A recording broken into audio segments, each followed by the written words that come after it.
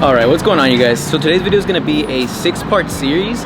This is going to be the first one, and it's going to be the difference between training and just working out. But the point of the series is to teach you guys how to work out and come up with your own strategical workout plans to where it suits your goals. Whether you want to get bigger, you want to get stronger, whatever it is, you're going to be able to come up with your own workout after watching these videos. Excuse me? Yeah. Do you guys have gallons of water? I don't think I have any. Check down on 12 if there's any more there. Cool, thank you. Alright, so I came to 99-cent store to get some gallons of water, but they didn't have any, so we're gonna try out Grocery Outlet across the street. If you fail to plan, you plan to fail. So what do I mean by that? Have you ever seen someone at the gym that's just kind of walking around and just going through the movements, kind of just to say they went to the gym? I know I have, and I know that was me at one point when I first started working out. I didn't really know what I was doing, and I had to learn how to set up a program to where you can go in and get shit done. So what I mean by that is, if you go in with the plan, whether it be on paper, through an app that I'll show you guys later, or anyhow, just in your mind, if you have a plan, you're gonna have a better workout than if you went in without a plan. Why, you ask? Well, think about it. If you go in with a plan, you go in, right? You warm up. Let's say your first workout is a bench, right? So you do your first set of bench, second set of bench, third set of bench. You're done. You go right into your next workout. There's no time being spent on thinking about what you're gonna do after that. And if you plan before you actually work out, you have time to think about what you want to hit. Let's say your triceps have been slacking a little bit. You have time to programize that. You have time to think about, all right, I'm gonna put in maybe an extra superset for triceps or something like that, right? As opposed to if you went in with no plan and you don't even think about, oh, you know what, my triceps need a little bit of help. So just that alone gives you that much more of an advantage to everybody else who's just working out.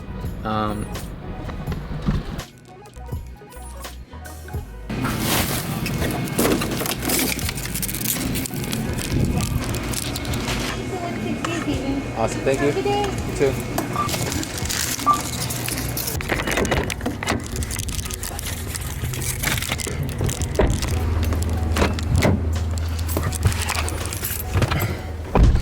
Alright, so I just got home from work and I wasn't able to record as much as I wanted to, but I'm about to work out and I just want to explain to you guys how you plan out your workouts.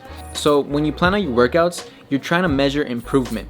And the way you do that is by writing down the reps that you did, the weight that you did, the time that you did, and the sets that you did.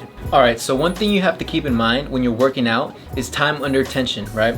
So if you don't know what time under tension is, I will make a video specifically on this topic. But to explain it quickly, basically what time under tension is the time that your muscle is under tension, right?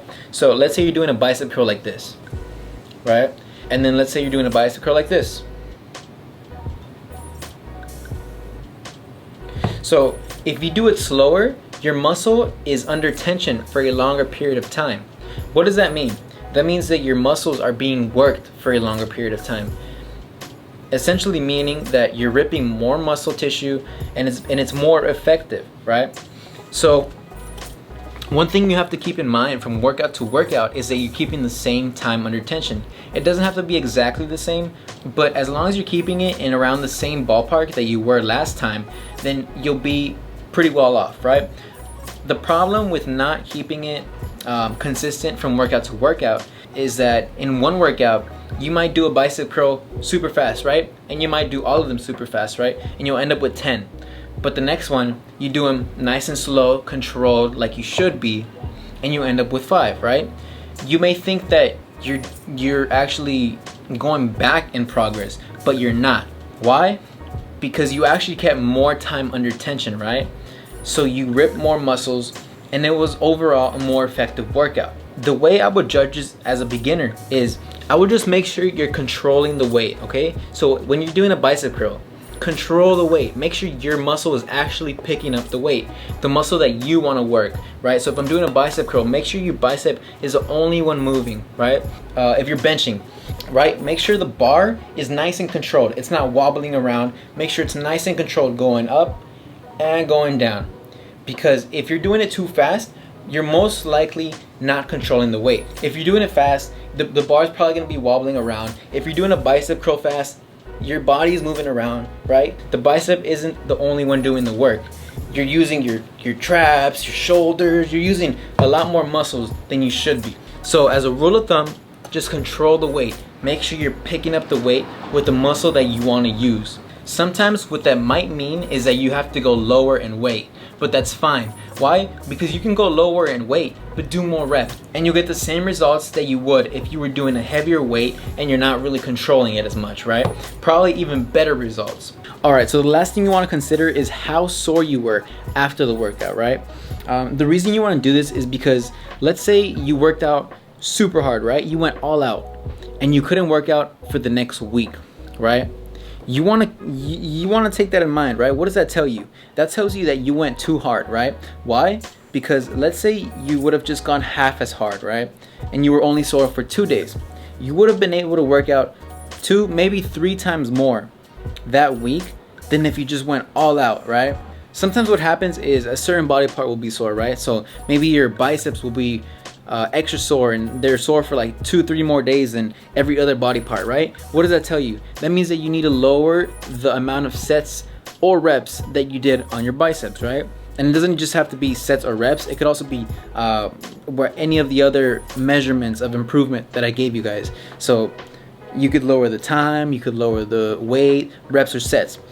For me, I found this to be true with my hamstrings. When I would do Romanian deadlifts, my hamstrings would be super sore for the next almost week. What did that mean? That meant that I was going too hard on my hamstrings, right? I need to lower, what I did was I lowered the sets and I kind of adjusted it so that all my body parts heal at the same time.